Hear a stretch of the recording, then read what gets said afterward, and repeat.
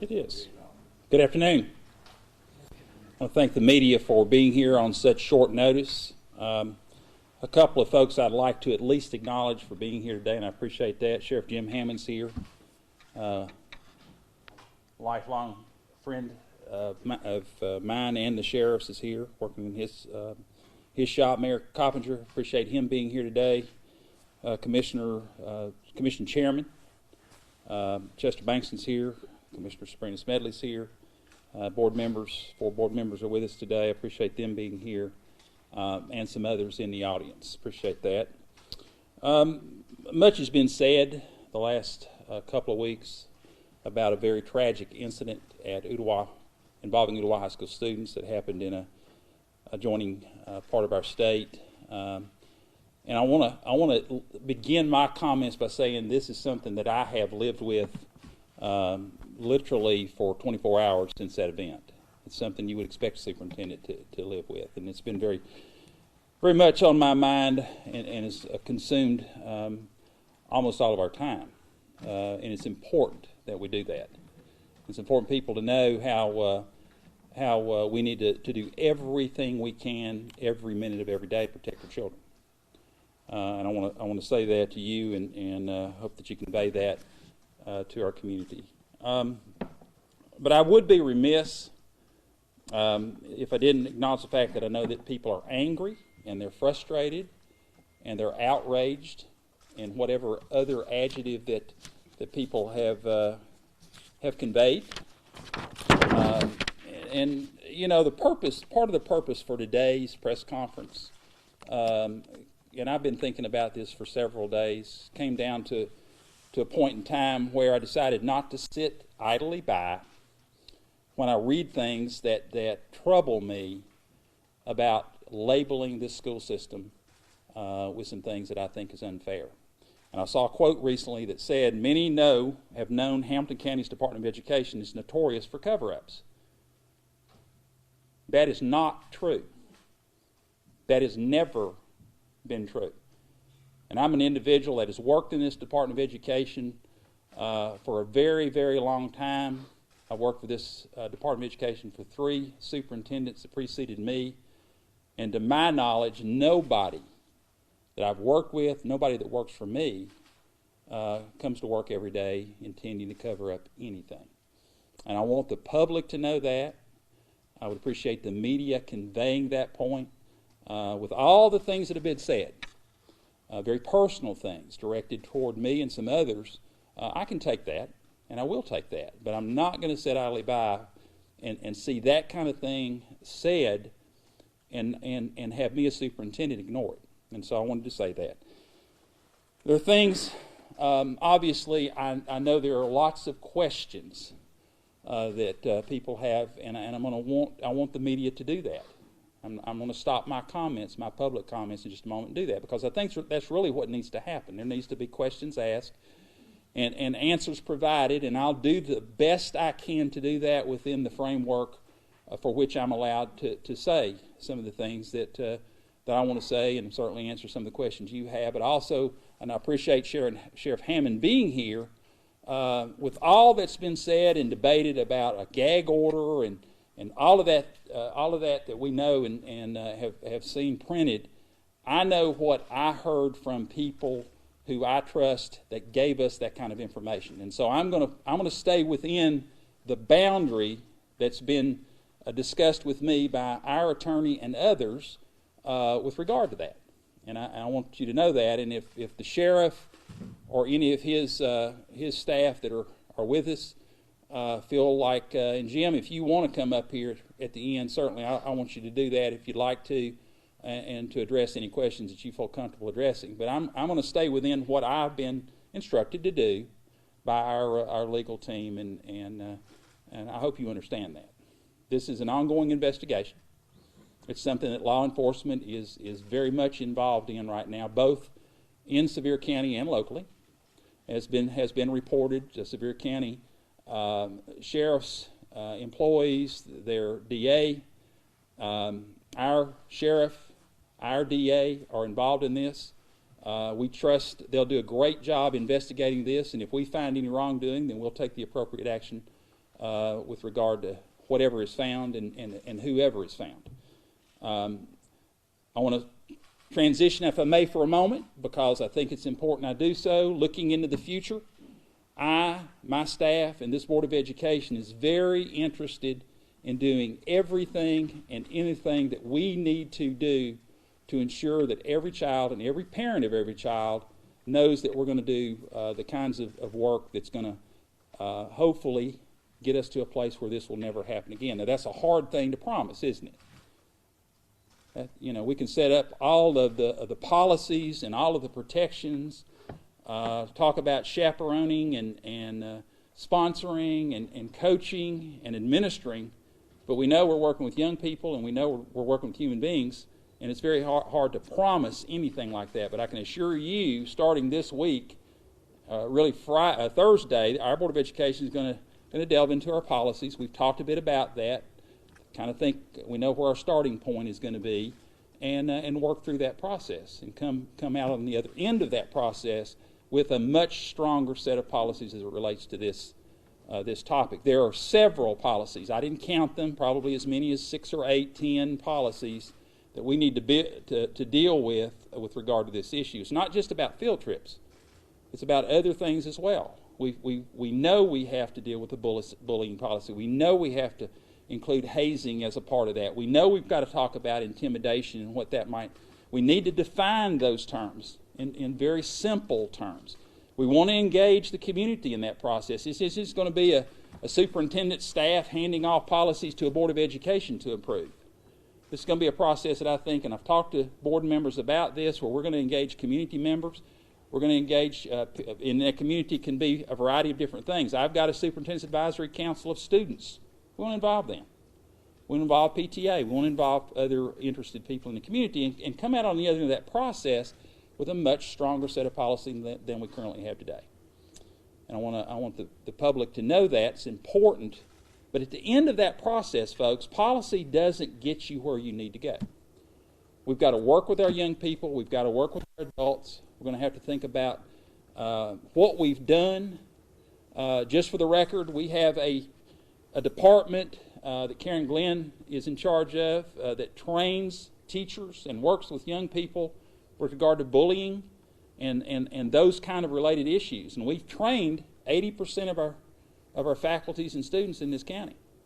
Ooltewah High School has been fully trained, staff and students, with regard to the Obeas bullying prevention program. But we've got work to do. And if that's not enough, then we need to find other things that would add value to our system like that we know that work.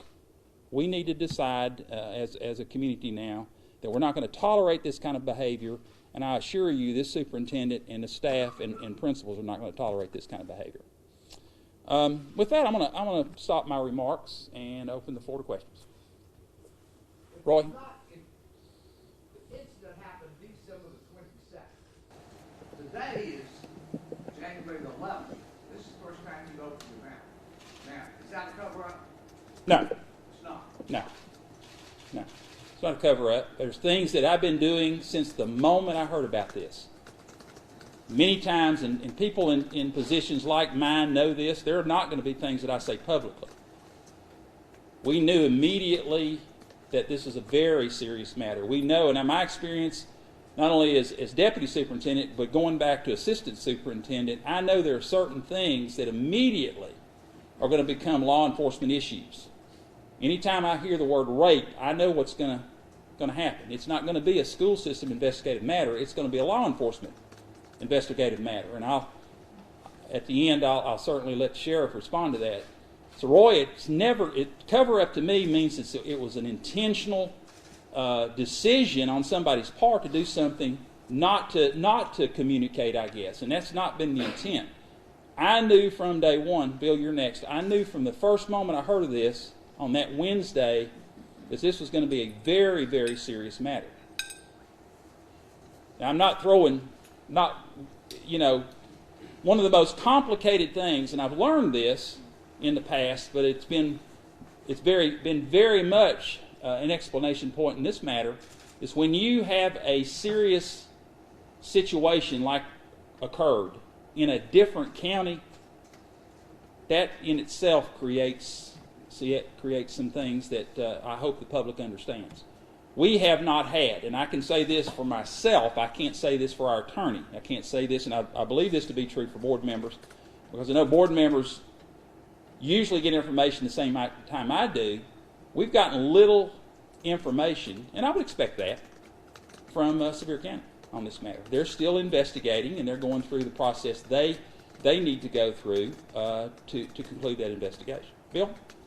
The district attorney says that they're investigating or will take a look at, along with the sheriff's office, any possibility of a pattern, so-called abuse or hazing. Is there any such thing that you can point to in the administration the last few years? Is there a pattern? I've not seen that. We've not had that reported. We have mechanisms for reporting. That's another thing looking into the future. And I've said this to board members, and I'll say this to the public. We've got to strengthen that reporting opportunity, and it, in my opinion, could be anonymous. And we need to strengthen the documentation that supports that. We have those things now, but they need to be stronger. And no, I can't say that we have a pattern. I'd like at the end for I know he's done some look at that up to this point. Yes. Do you feel like there have been any maybe communication mistakes, or the kind of things you're saying right now, why it could not have happened immediately after hearing about this? A lot of people wanted to hear. Yeah, a couple of things I'll admit. You know, I make mistakes. I do. I think we all make mistakes. The two things that I've reflected on that I wish I could do differently. You know, the thing about it is, and I've had people say, the clearest vision I'll ever have, I don't have it anymore, the clearest vision I'll ever have is looking back. And I've looked back every day at some things I think I could have done differently. One, I wish I'd stopped the season the moment I heard about it, or at least soon after the fact. And I won't get into that why, because I think some of the things were legal in nature at that time, and they changed very, very rapidly. Two, and I think to Roy's point, having this a week ago, or maybe last Wednesday or something, having it a few days earlier, because I think things, rightly so, there were things that needed to be said. I wanted to be very careful about what I said, but I think things needed to be said in the position I hold in this school system and community. I needed to say some of those things, and I regret that. I wish I'd said what I'm saying to you today a week ago. You have to understand, from my perspective, things were moving very, very rapidly. And I don't know if I'm out of bounds saying this, but things changed quite a bit a week ago. It's been reported, and it's something that I became much more aware of some facts on this day a week ago. Yes? You said you were made aware of this immediately. Who made you aware of the incident? My staff made me aware of it. The call came in from Sevier County early on the 23rd, the morning of the 23rd, and I was made aware of it on the 23rd. David? When did the That's okay. Petey? So when did the principal find out? Like athletic director, principal, what's that timeline? The athletic director was there. So He was. immediately? That's correct. He was there. Jim Jarvis was not there. Jim was made aware immediately after knowledge of the issue was reported to him, and then I was made aware very, very soon after that. David? Rick, there seems to be a great perception among the public that no adults have been held accountable, that some adults were responsible for the safety of those children, and that no one's been demoted, reassigned, suspended, or punished in any way. What's the status on that? Have not demoted anyone at this point. I have transferred the basketball coach out of Ooltewah High School, put him in a non-student area of the system. I know that, and the sheriff and I spoke about this Saturday, he is investigating not only student behavior but also adult behavior at Ooltewah High School, as are others. If we find anybody that's negligent or didn't follow policy, we'll deal with that immediately. I want to say this as well, and I can't do anything at this point. We've been asked to back out of any investigation, but as soon as we find that either Sevier County and or our local authorities are finished, And this sheriff communicates with me on those matters. When he's finished with his investigation, we'll do an internal investigation. There are things I want to make sure that our personnel issues also are addressed. And I don't think the sheriff's going to do that. He's going to take care of it looking at it from a criminal point of view. And I'm not going to speak for him, but that's what he'll be doing. So we'll be looking at this for quite some time. Just what went into the decision to transfer the coach? What your thought process? I made that decision earlier today based on some additional facts that I was made aware of. And again, he is being transferred into a non-teaching role at this point. I've got him moved out of Ooltewah High School. I'll be frank with you. I think my first obligation as superintendent is to make sure daily that our 75 schools operate to the best that they can. And I found that at this particular moment that it was going to be more and more difficult for that to happen at Ooltewah High School. I don't want anybody to think that he's being punished or penalized at this point. He's being transferred at this point. And if we find other reasons to address the coach, we will. So he will not be working with students. That's right. He's not going to be at Ooltewah High School. I've also instructed him not to be on the campus of any of our schools until this investigation is over. I think at this time it's appropriate that he gets some separation and the school gets some separation at this time, and I'm hopeful the investigation closes somewhat quickly. I don't anticipate that happening real soon, but I hope in due time. Kendi? And is the AD still in place? Yes, AD's still there. You said that your staff had made you aware of the incident. Why did no one on your staff call police, and why did the hospital have to call police to notify them about this? We had, obviously, the coach at the hospital. You know this, and of course, the coach has background as in his career as a DCS employee.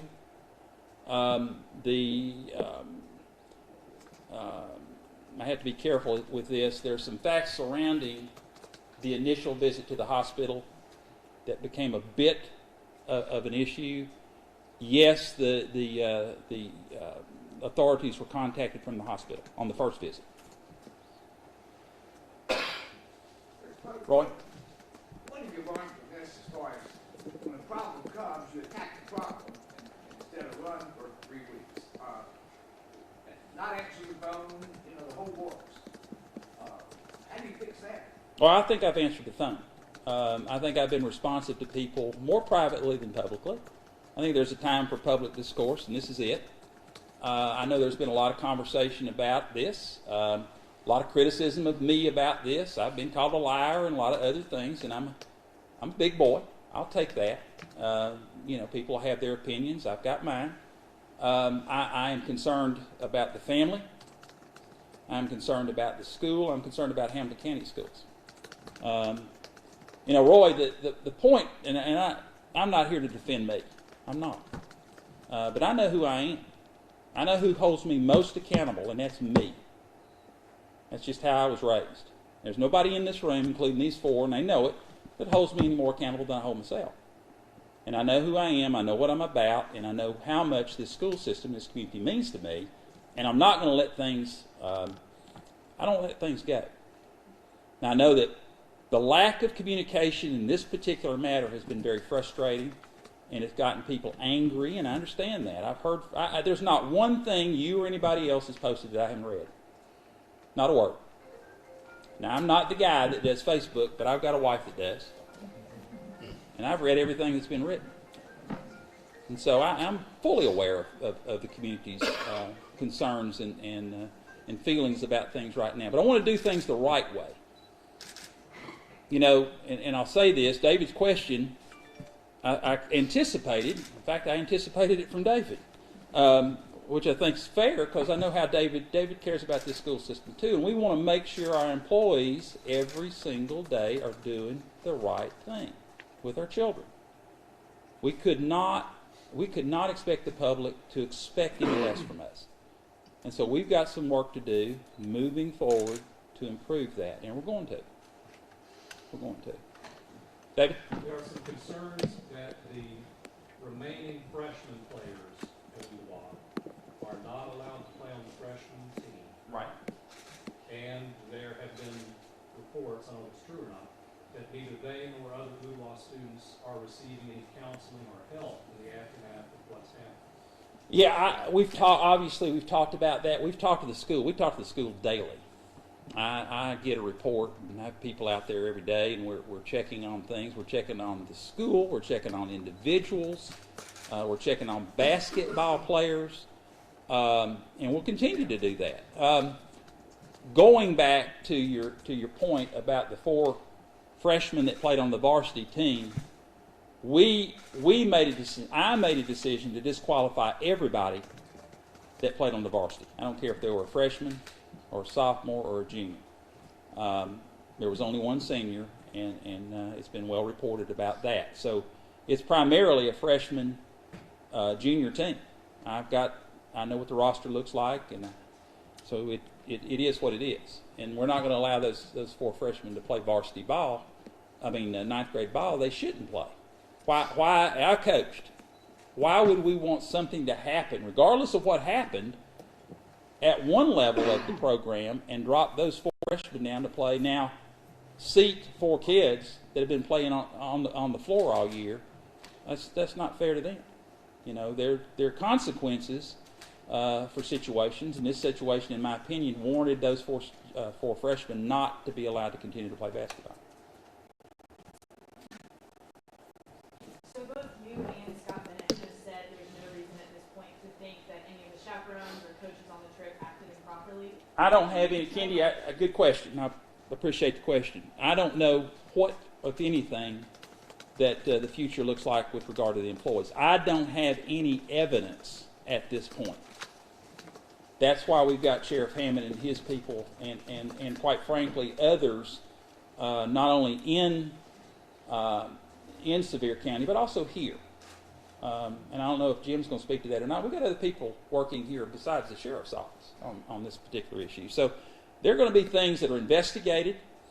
And again, if we find wrongdoing with any employee, and I want to say this as well, and I know you're the media, and I know you've got a job to report. This is an issue of Ooltewah High School today, that we've got a system.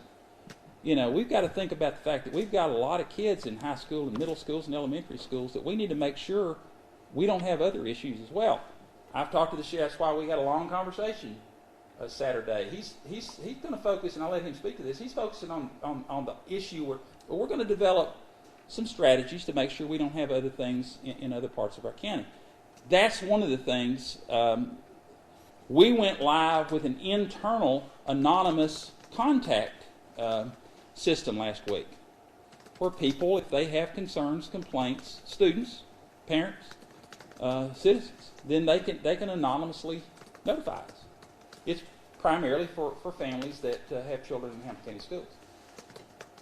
And I'm sure there will be other things that this Board of Education, and we've already started talking about these things, that would give our public an opportunity to report anything that they feel like that needs to be reported.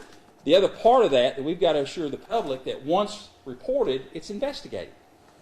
It needs to be investigated. So we've got some work to do. I don't have, and you need to, I'll say this the best I can, I don't hire investigators. I don't hire principals that are investigators, and I don't hire assistants. I did a lot of that work. You know, my career is pretty well documented in this town. I've done those things in this school system. And so, yeah, you do a lot of things in certain roles and responsibilities as school administrators, but we've got some work to do to make sure our assistant principals and our principals know what they should and shouldn't do. The other thing, and I'll say this, and I'll stand by this, and we'll see what our board, any incident not like this, even more minor incidents, we need to bring our kids home. And I'll take that as a criticism. We need, if we have situations in the future, this will be a wake-up call to us, where if we have situations in the future where we think we've got, or we know we've got something that could be a criminal matter, we're going to bring kids home. We're not going to continue to not. They need to be home with their families, if nothing else. And so I've talked to almost all of our board members. I think all of our board members about that. And I think the board feels the same way I do. A lot of activities. You know, I want to say this as well, and of course I've read, you know, how important athletics maybe is or isn't, and how it's emphasized, and other extracurricular activities too. I just want to you know, talk about, in this situation, basketball. We've got a lot of good things for a lot of our students in our system. You know, and I had a child in this system that was in the band for 4 years. Great, we got to do those things. And so I'm not interested in, hopefully not interested, and I don't think the board is either, in thinking about changing what we do. We've just got to strengthen the things that make those programs work the way we would all want them to work. David? With all the talk about Ooltewah's alleged past of a lot of hazing, beat-ins, and that kind of thing, the hardship transfers, the supposedly overemphasis on athletics, and now the reputation damage that's been done, does that school just need a restart? New administrators, that kind of thing? You know, we may come to that point, and I hate to say that, but we may come to that point. We may also come to a place where people kind of look at that. You know, when you get into history, if you will, and we'd actually thought about doing some of this, and in fact, I hand-delivered some information myself regarding this, is when you look at a pattern or a culture, you just want to look at the present, you want to look at the past. And so we gave several years of data to the appropriate agencies that are involved in this, so that they can look and they can help with that. And so we'll see what we find from that, David. I think that's a fair, and I think for parents, regardless of where their children attend, that's part of what they want to know. Do we have problems so severe that we have a culture of that kind of behavior in Hamilton County schools? And if it does start to surface, I'll let the sheriff respond to that in a different way, because I saw your comments that have been posted on that matter. We certainly are going to address that. Roy? Yeah, we're talking 30 minutes, and we hadn't mentioned the most important person in the room, that little kid. What has the school system done with the child who's victim? That's the biggest problem. It's a good question. That's the biggest problem the public's got. It is, and here's my only response. It's not a good one. As soon as I found out about the matter, I tried to contact the family. I was not successful doing that. I worked through a way to get a number. I don't know when the family changed their phone number, but they did. In fact, I had an individual actually in my office that had access to that number, and we tried to call that number several times. This is how I am, folks, and I didn't call the number, Roy. I had this in because that person was entrusted with that number. And he told me, Rick, she doesn't want that number out. And I said, I don't want it. I want you to call her, and if she'll talk to me, I'll be glad to talk to her, and I want to, and I'm still trying to do that, but I haven't gotten her. And so that troubles me, but I also want to say this. I want to respect that. I want to respect her right to separate herself, and I haven't talked to her. So I'm assuming some things, and I'm also hearing from others about that. And I have to respect the fact that she doesn't want, she doesn't want to talk to people about this right now. And so I'm going to respect that. It doesn't mean I'm not going to try to talk to her. It doesn't mean that. So we'll continue to try to do that. I want to support that family. I'm not going to talk about the family because there's some things I know about their family that it's important we support that family. I don't know, Roy, because we have not had the chance. He has not been back. In fact, I understand he's going to be transferring schools, but I don't know yet. I haven't gotten information. And what about the 4 freshmen, the other 3 freshmen who also hazed? Have they got counseling? Haven't gotten outside counseling. Not yet. Inside Ooltewah High School counseling, yes. Again, we have an individual been reported. One of the 9th graders, his dad works there at the school. So some things about that we're able to get information daily on those 9th graders. I'm sure you've seen the things circling online, right now there's a petition 1,100 people have signed Sure. that want you to resign. Do you feel at all that your job is in jeopardy because of this? That's not a primary concern of mine, frankly. Resignation has never crossed my mind. I have not had board members talk to me about that. I feel very much supported by the school board. Yeah, there are things that we need to improve. There are things I need to improve. There are things I think this community needs to think about as far as improvement is concerned, and I accept that. As I said, I'm not one to shy away from criticism, because my biggest credit is standing here. And so we've talked. These 4 people, and others wanted to be here. Others have jobs that they could not take off work to be here. So I appreciate the board. I appreciate these 4 members being here. But they're representing a school board that cares very, very much about the school system. And we're going to improve from this moment. We're going to improve and get better because of this. And that's a tragedy to admit. But sometimes it takes a wake-up call to make you better. And we're going to get better from this. We will be better. But David? I've heard from some other schools, well, we're not going to be able to take our field trips now because of what happened in Ooltewah. Anything you want to say in response to that? I appreciate the question. David, we've actually had several people call coaches. You got to think now, I've got an internal set of issues to deal with. We've had several coaches call us that say, I'm not taking an overnight field trip. Wrestling, basketball, baseball, things coming in the spring, and we'll deal with that because it's a highly emotional issue right now. Everybody's watching what I do and what we do, what the board does, and they're very, are people uncomfortable right now about going on an overnight field trip? Although this board, we'll see an agenda that has some overnight field trips on it next Thursday. There are those also that don't see changing the quality program that they have at their school with regard to this issue. But we have had some calls. I have no interest in dismantling our extracurricular program.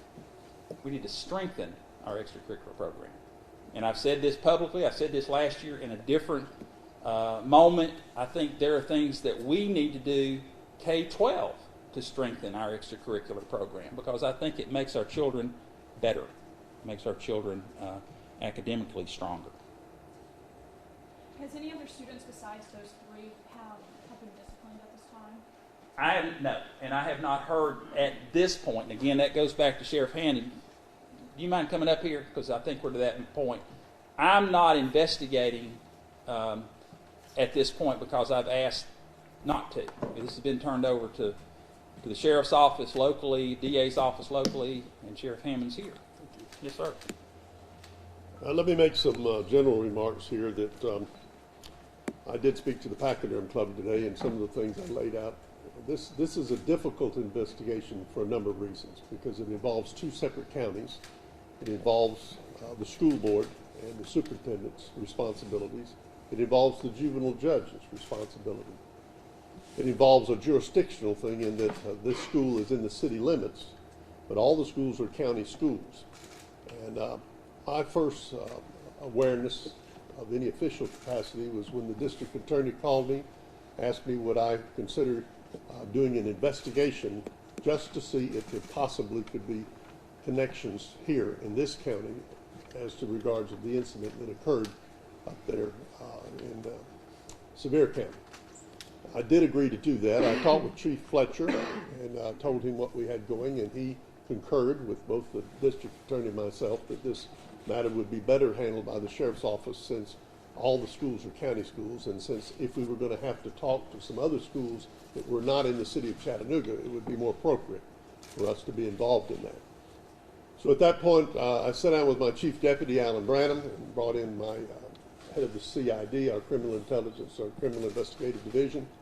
I asked him to dispatch at least 1 detective, possibly 2, up to Sevierville and to talk with the Gatlinburg police and those authorities up there to tell them what we had been asked to do. The district attorney here had already communicated with the district attorney there.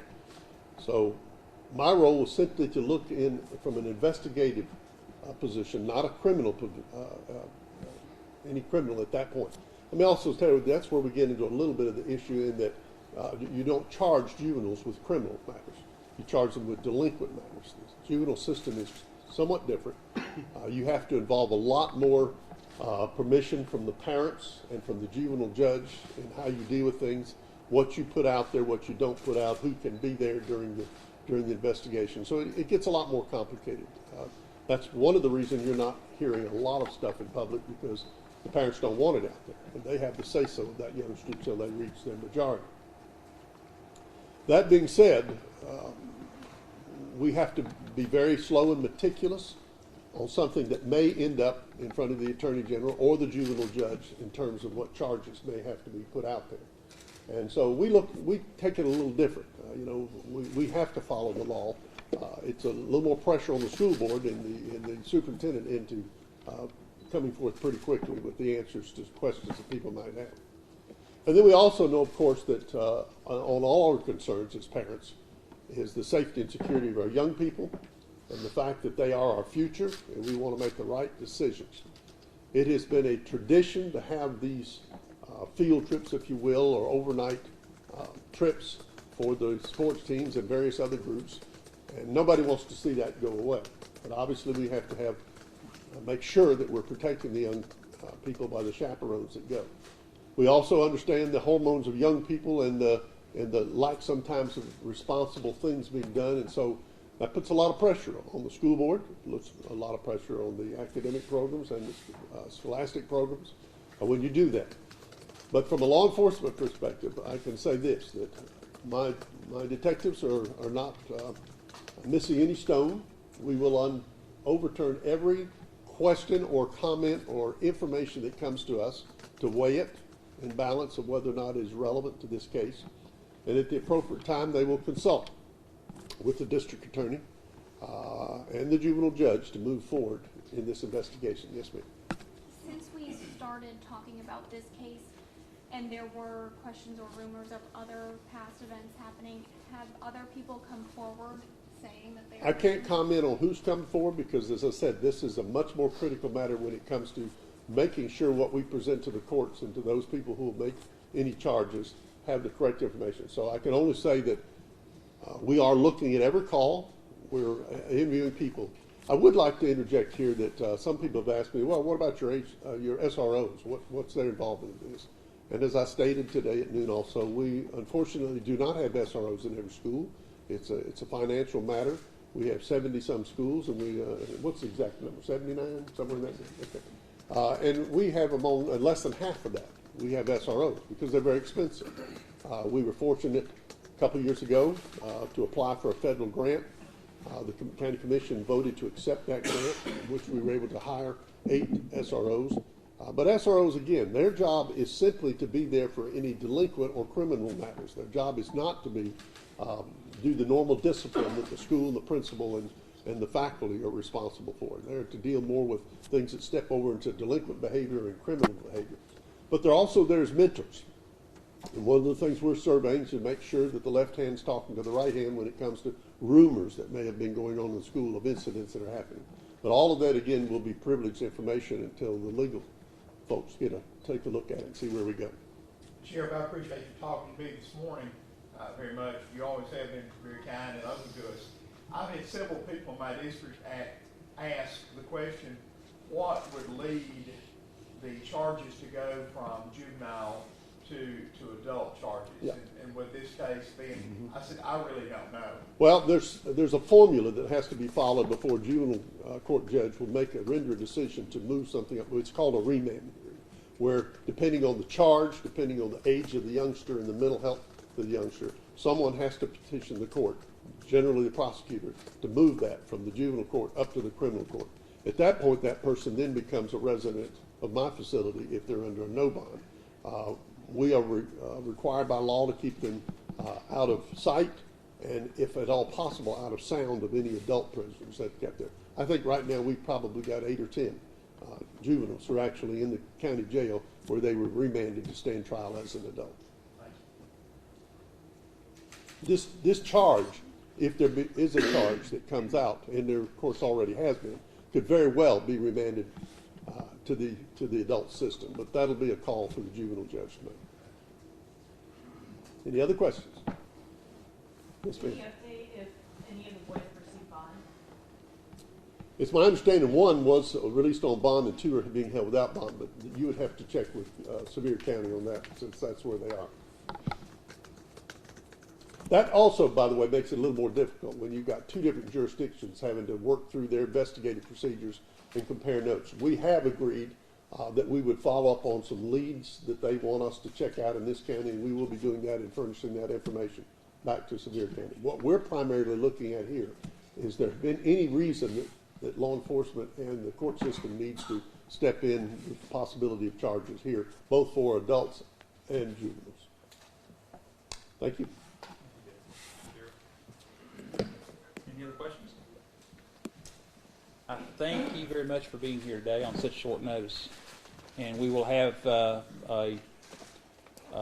work session Thursday evening, followed by an open forum for the public in this facility. If you're interested in that, I believe what we're going to do, and the chairman could not get off work today. Vice Chairman Horn's here. I believe what we're going to do is actually allow whoever for 3 minutes each to speak to do that on Thursday evening. So we'd invite the media back for that. Thank you very much. That begins at 5 o'clock, I believe. The work session will begin with a review, and I think this is going to be a board at large as a whole on policy. We're going to set the ground rules for that and give out some information and talk about some of the parameters there. I think Dr. Martin chairs that. He's going to talk about a committee set up that would involve parents and students and others. And then we're going to adjourn that into a forum in this room. Thank you very much.